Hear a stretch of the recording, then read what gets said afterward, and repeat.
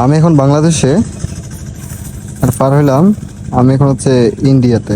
Wait, ব্যাকএন্ডের হিস্ট্রিটা আপনাদের সাথে share করি।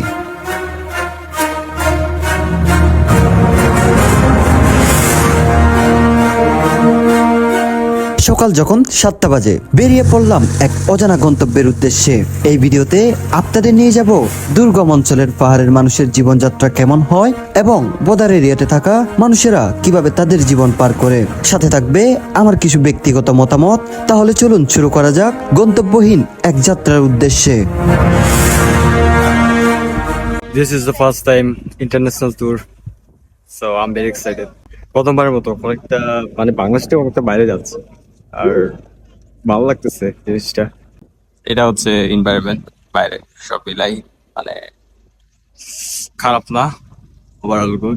বাংলাদেশের মধ্যে একটা জায়গার নাম আছে, জায়গার নাম হচ্ছে হরিণা। পরে কম বেশি নামটা শুনছেন কিনা জানি না, তবে রাঙামাটি শহর থেকে এটা দূরত্ব প্রায় আপনার কত কিলো হবে কিনা যে তার দিক জানি না, তবে আমি লঞ্চে করে আসতেছি। আমার লাগতেছে 7 ঘন্টার মতো। 7 ঘন্টা জার্নি করে আমি এখন পৌঁছাইলাম হরিণা বাজারের ঠিক একটু আগে। তবে সব থেকে যে জিনিসটা আমার দেখে ভালো লাগতেছে, হরিণার বাজারটা আমি দেখতে পাচ্ছি আমার আঙ্গুলের ঠিক সামনে হরিণার বাজার। আমাদের লঞ্চের যাত্রা ছিল হরিণা বাজার পর্যন্ত। সেখান থেকে আরো একটা ইঞ্জিন চালিত বোট নিয়ে আবারও শুরু হলো আমাদের উদ্দেশ্যহীন গন্তব্য।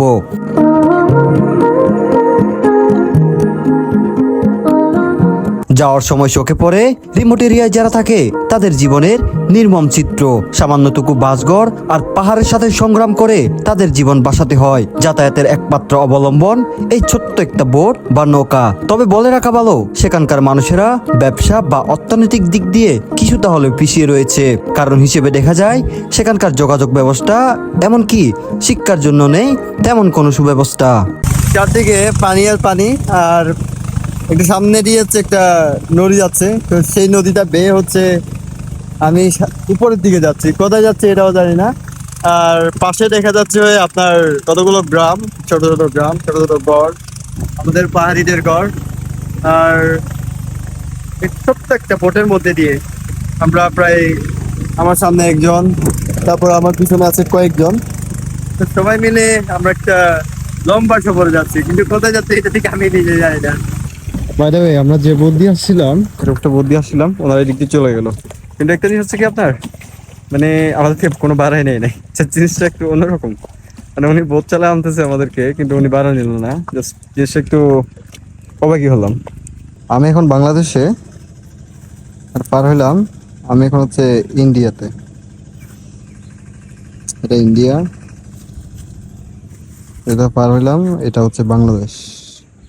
জাস্ট ইমেজিন একটা আপনার, এটা একটা সীমান্ত, এটা পার হয়ে হচ্ছে ইন্ডিয়া যাওয়া যায়। আমি এখন ইন্ডিয়াতে আছি, সিরিয়াসলি, এগুলো সব ইন্ডিয়া।